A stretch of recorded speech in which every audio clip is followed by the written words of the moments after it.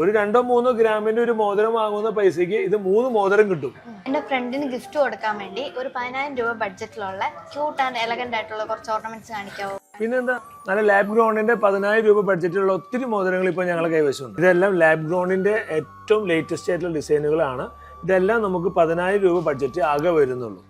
ഈ സ്റ്റോൺസ് എന്ന് പറഞ്ഞു കഴിഞ്ഞാൽ കുറെ കൂടി സ്പാർക്കിംഗ് ആയിട്ടുള്ള സ്റ്റോൺസ് ആണ്. നല്ല ഷൈനിങ് ഉണ്ട്, സ്റ്റോൺ സൈസും കൂടുതലാണ്. ഫുൾ ഡയമണ്ട് അതിൽ യൂസ് ചെയ്തിരിക്കുന്നത്. പക്ഷെ നമുക്ക് 10,000 രൂപയുടെ ബഡ്ജറ്റ് ആകെ വരുന്നുള്ളൂ.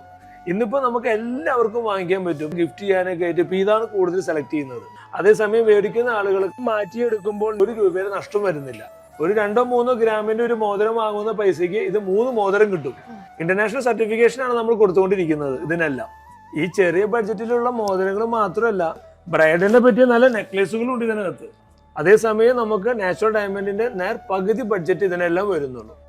മാച്ചിങ് ആയിട്ടുള്ള കമ്മലുകളും എല്ലാം മോഡൽസുകളും ഇതിനകത്ത് നമുക്ക് കിട്ടും. ഇതൊക്കെ നല്ല ക്യൂട്ടായിട്ടുള്ള സാധനങ്ങളാണ്.